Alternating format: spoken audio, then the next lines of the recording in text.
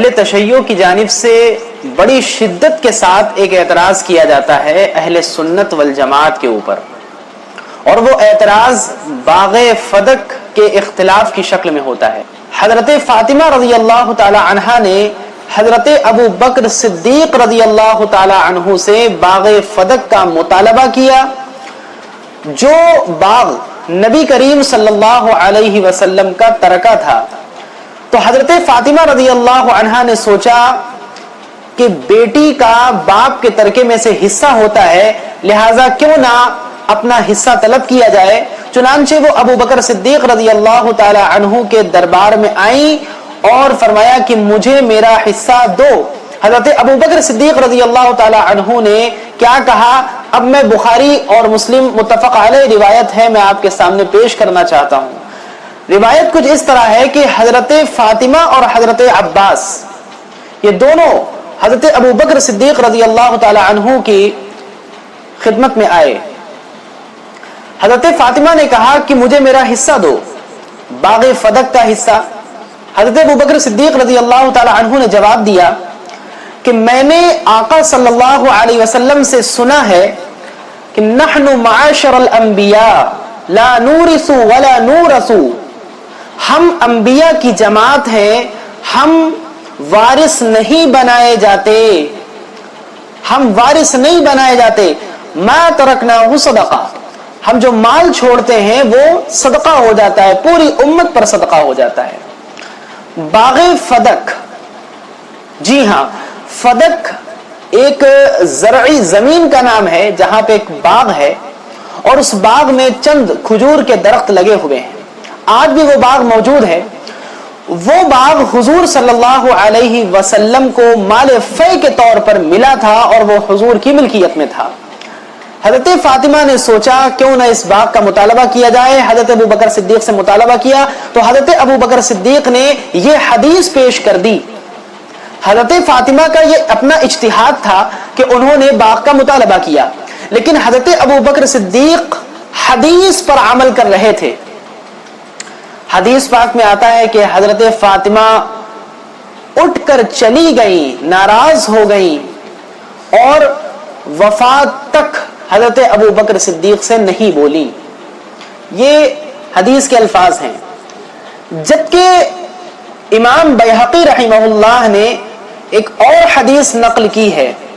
امام بیہقی رحمہ اللہ نے السنن الکبریٰ کے اندر ایک حدیث نقل کی ہے کہ حضرت فاطمہ رضی اللہ عنہا جب بیمار ہوئی، وفات کا وقت قریب آ لگا، تو حضرت ابو بکر صدیق نے دروازے پر دستک دی۔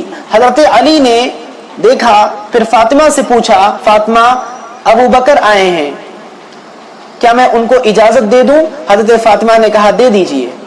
حضرت ابو بکر صدیق جب تشریف لائے، پھر حضرت ابو بکر صدیق نے اپنی وضاحت پیش کی، یا فاطمہ واللہ ما ترکت الدار والمال والاہل والعشیرہ، اللہ کی قسم میں نے اپنے گھر بار کو، اپنے خاندان کو، اپنی مال و دولت کو اور اسی طرح اپنے پورے گھر کو وقف کر دیا، اپنے پورے گھر کو ہبہ کر دیا۔ کس لیے؟ الا لابتغاء مرضات اللہ، اللہ کی خوشنودی کے لیے، ومرضات رسولی، اور رسول کی خوشنودی کے لیے، ومرضاتکم اہل البیت، اور اے اہل بیت آپ کی خوشنودی کے لیے، آپ کی رضا کے لیے۔ ثم ترضاها، حدیث میں الفاظ آتے ہیں پھر ابو بکر نے فاطمہ کو منایا، حتی رضیت، یہاں تک کہ فاطمہ مان گئی۔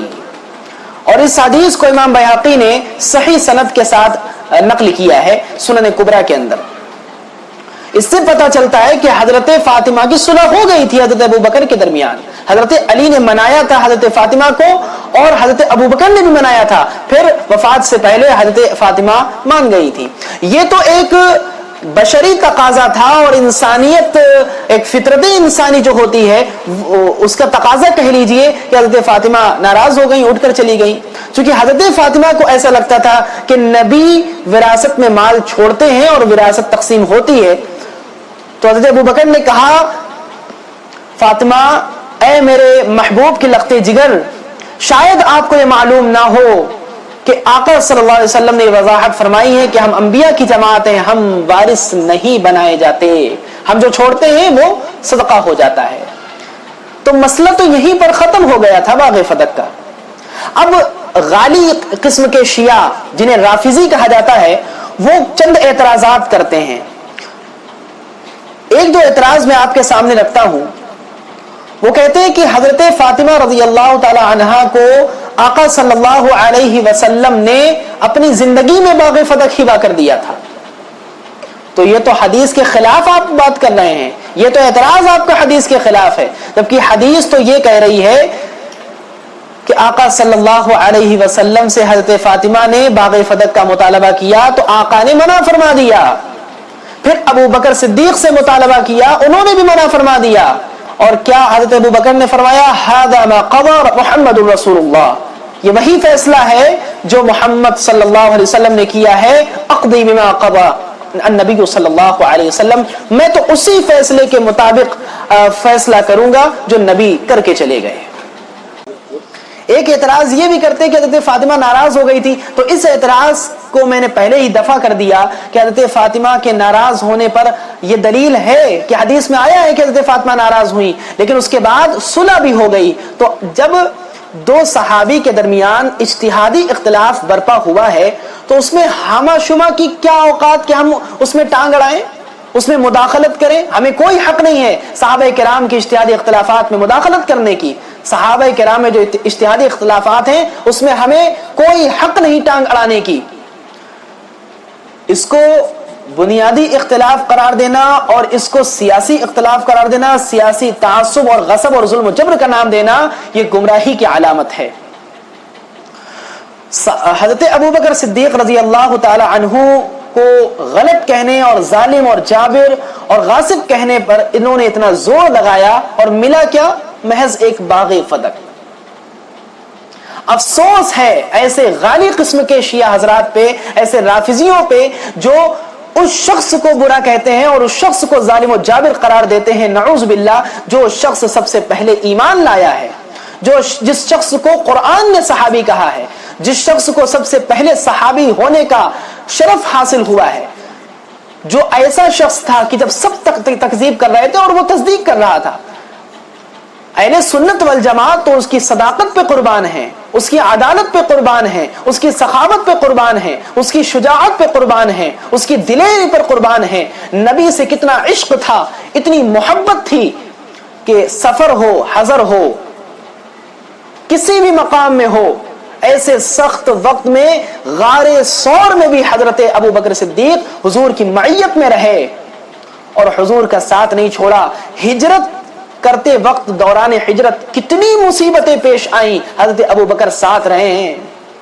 آقا صلی اللہ علیہ وسلم نے اسی صحابی کے بارے میں فرمایا تھا ان من امن الناس علی من صحبتی ومالی ابو بکر، کہ تم لوگوں میں سے سب سے زیادہ مجھ پر امانت دار صحبت کے لحاظ سے، مال دینے کے لحاظ سے، چندہ دینے کے لحاظ سے اور وفاداری کے لحاظ سے ابو بکر سے بڑھ کر کوئی نہیں ہے۔ خلیفہ بلا فصل ابو بکر صدیق رضی اللہ تعالی عنہ پر زبان درازی اور انگشت درازی کرنے والے ان بدبخت ناپاک درندوں سے میں کہنا چاہتا ہوں کہ تم ابو بکر صدیق پر یہ اعتراضات کرتے رہو، تم ابو بکر صدیق پر تنقید کرتے رہو، اور ہم ابو بکر صدیق کی کے مناقب بیان کرتے رہیں گے، ان کے فضائل بیان کرتے رہیں گے، ان کے بارے میں جو احادیث وارد ہوئی ہیں وہ بیان کرتے رہیں گے، اور تمہارے ہر اعتراض کو پیروں تلے کچل ڈالیں گے۔ اللہ ایسے بدبختوں کو اللہ نیز تو نابود فرمائے، اگر ان کے حق میں ہدایت ہے تو انہیں ہدایت سے نصیب فرمائے، اور اگر یہ ہدایت سے محروم ہے تو اللہ ان کے وجود سے اس کرۂ ارض کو پاکیزہ فرمائے۔ اللہ تعالی ہم سب کو دین کی صحیح سمجھ عطا فرمائے اور ہم سب کو فتنہ وروں سے بچائے۔